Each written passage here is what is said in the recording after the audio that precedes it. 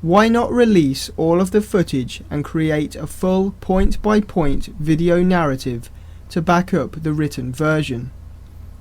Or is it that they don't match?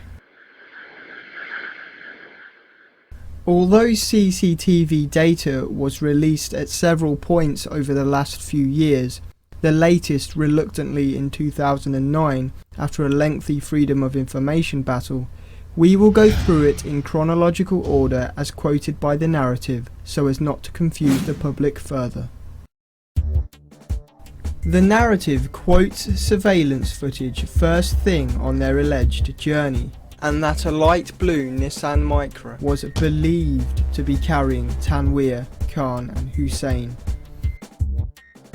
Tanweer is then shown filling up the car and buying snacks at the Woodall services station off the M1. The other alleged bombers have yet to be identified, but the narrative assumes they are in the vehicle. Why would they only believe that the bombers were in the vehicle if adequate evidence showed them to be so? Up until September 2005, the colour of the Micra was universally reported as being red. Then it changed to several shades of blue.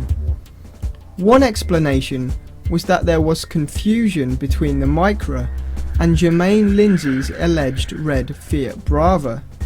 However, further on, the narrative states that Lindsay's car was towed from Luton Station because it didn't have a ticket, and media reports claim it was held in a lockup for several days before being discovered, in which case, no reporter or investigator immediately on site would have seen the car in order to confuse the colour.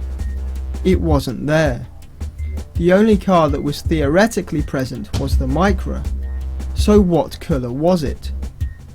If a red Micra was implicated at the scene, it certainly wasn't the one Tanweer filled up with petrol. The next CCTV footage is at Luton Station car park at 5:07. The vehicle is unidentifiable, let alone the driver, but the official narrative claims this is Jermaine Lindsay in his red Fiat Brava. Unless there is more footage being concealed, it's hard to see how police are so sure that this is Lindsay. The narrative claims he gets out and walks around, enters the station, looks up at the departure board, comes out and moves the car a couple of times. Yet there is little video evidence to back this up. There is then footage of what appears to be Lindsay inside the station, presumably looking up at the departure board. But this is over an hour and a half since he allegedly arrived. What did he do in this time gap? It's also unsure why this footage is linked to the mystery car arriving at 5:07. Lindsay may have been in the station at some point, but there is no proof that that was him arriving. It could have been anybody. At 6:49, another car arrives at the station. The narrative claims that this is the three other bombers, but it is unsure if they still only believe that this is the three other bombers. Again, going by the footage, it is almost impossible to identify the vehicle or who is in it. From side view, does it even look like a Micra? Having studied the footage, it does appear that a Micra-shaped vehicle arrives at about 6:52, 5 minutes later, but this hasn't been shown by the media. The Sun newspaper, for example, only shows the 6:49 arrival. Are the narrative and the media mistaken? It's possible that the 6:49 car is Lindsay, but this has never been made clear, and video evidence is lacking. At 6:40, Lindsay is in the car park. His car is still visible at the edge of the picture. This is 9 minutes before the disputed vehicle arrives. Then, with just 3 minutes remaining, he again appears to be leaving his vehicle. The narrative says he moves his car several times, yet it remains in the same position throughout the sequence. Did he move it several times in 3 minutes? The narrative claimed that the 649 vehicle was the other bomber's and that it parked next to Lindsay. It certainly didn't park next to this car.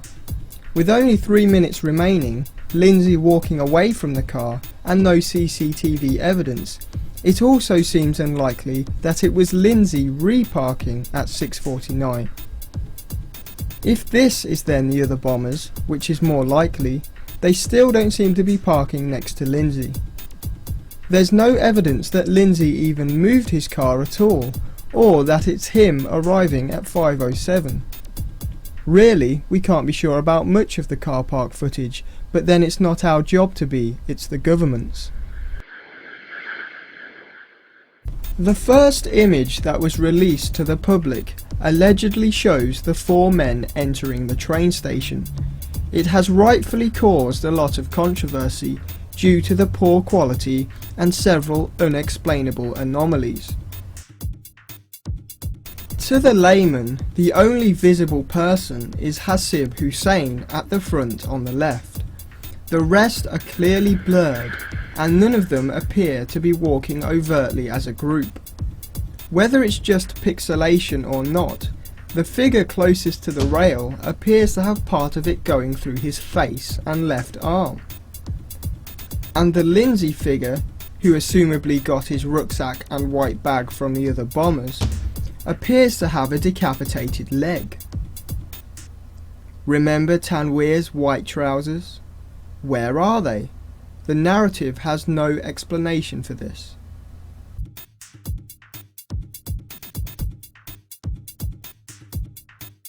Later on, the authorities did release a moving version, but they did themselves no favours by holding it back for so long.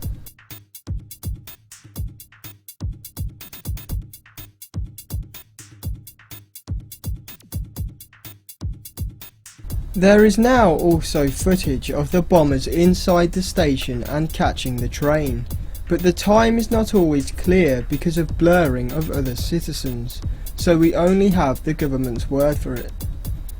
This being said, the narrative still gets other things incorrect, like this random image reportedly showing Hussein inside the station, although it is cropped so that it doesn't show his surroundings, the other bombers or the timestamp. Police say it was taken at approximately 7:20, but this is before the first image shows them entering the station at 7:21:54. Why would he walk in and out? Even stranger is that the official narrative says they all entered at 7:15, which is before both of the images were taken. Closed circuit television is digitally set and usually synchronized throughout a building.